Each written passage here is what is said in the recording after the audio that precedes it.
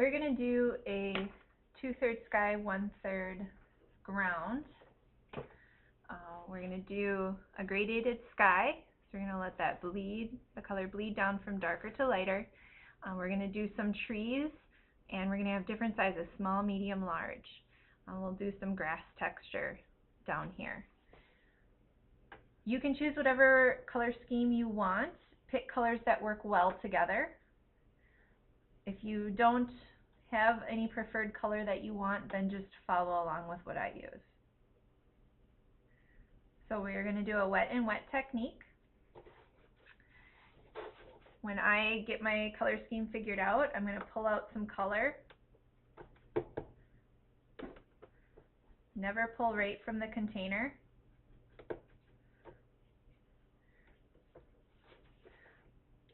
And the nice intense color to start with on top.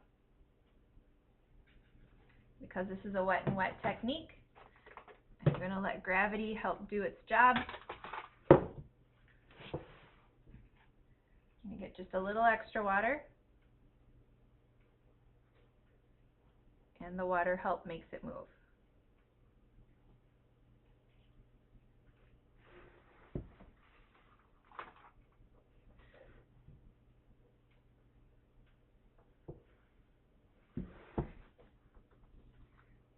I want a little redder version up here, so I'm just going to add a little bit more. And again, let gravity do the work.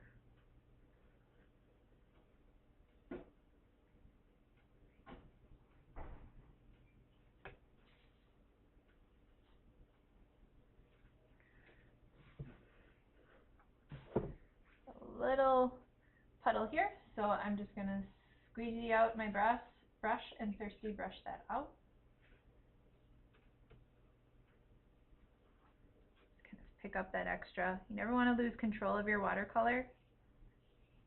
It's hard to get back.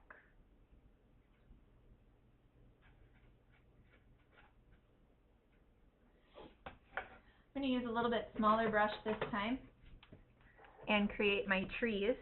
And since the trees are going to be really far away in the background, I'm going to want to use lighter colors. So again, I'm going to make my version of tree colors,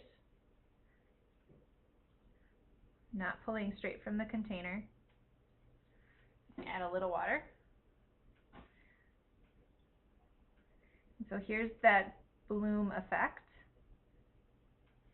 Because these trees are so far away in the distance, they should be kind of dull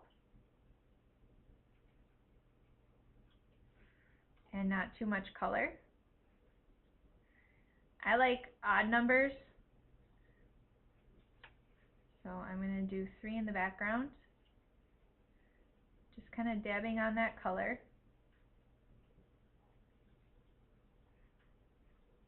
And I made my own brown by green and red, creating kind of a neutral.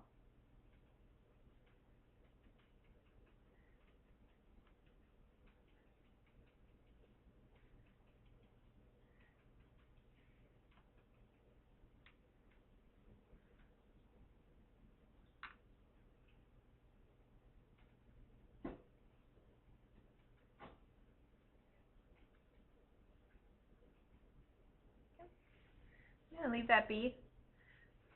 I can always go back in and add some more details later after it's dried. Maybe I'll put some small little ideas of trees in the way background, right on that horizon line. So I'll turn these into trees in a little bit. I'm going to get a little bit bigger tree that's a little closer to us. I didn't like that one anyways. So here I'm starting to dab on color. Here's where you can start thinking about your tree shape. I'm going to make it nice and big so it appears to be closer to us. Because it's closer, I can increase the colors I'm using.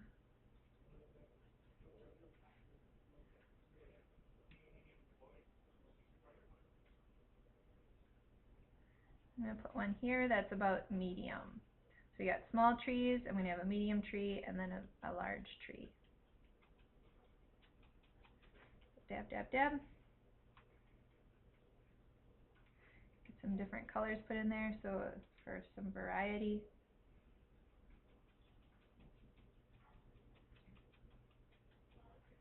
Not all trees have to be green.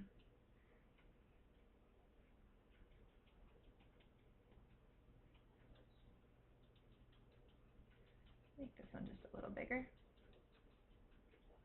Okay. Now because this is dried a little bit, I can, I'm going to wait till this dries a little bit more till I put in the trunks for my trees. I'm going to put some grass down here, so this is more dry brush. And I can build up really large pieces of grass close. And then I just want to try to make the marks appear smaller as it goes away. You can see I'm trying to use smaller marks. Bigger when they're closer. Some people might just start doing little dots and dabs in the far background.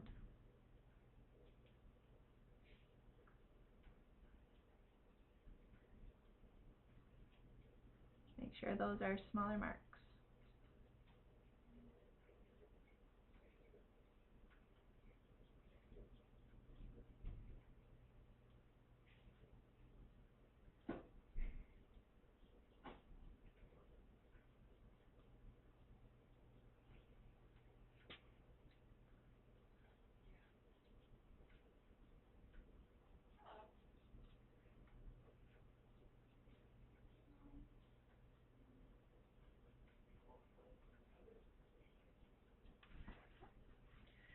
A lot of this is dried, so I'm going to come back in, and here's going to be the trunks to my trees.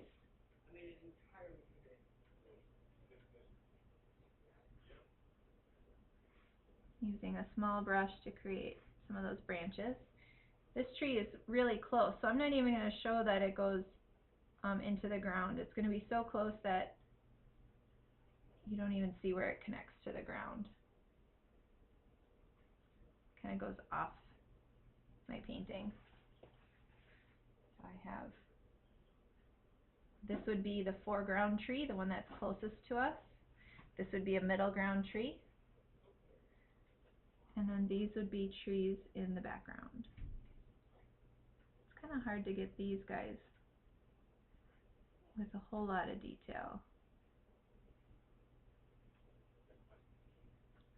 And it's still kind of wet, so I'm going to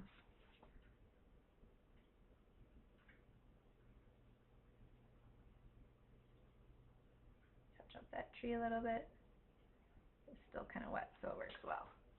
So then I get this idea of some fuzzy trees in the background. I got a middle tree, and I got one in the foreground.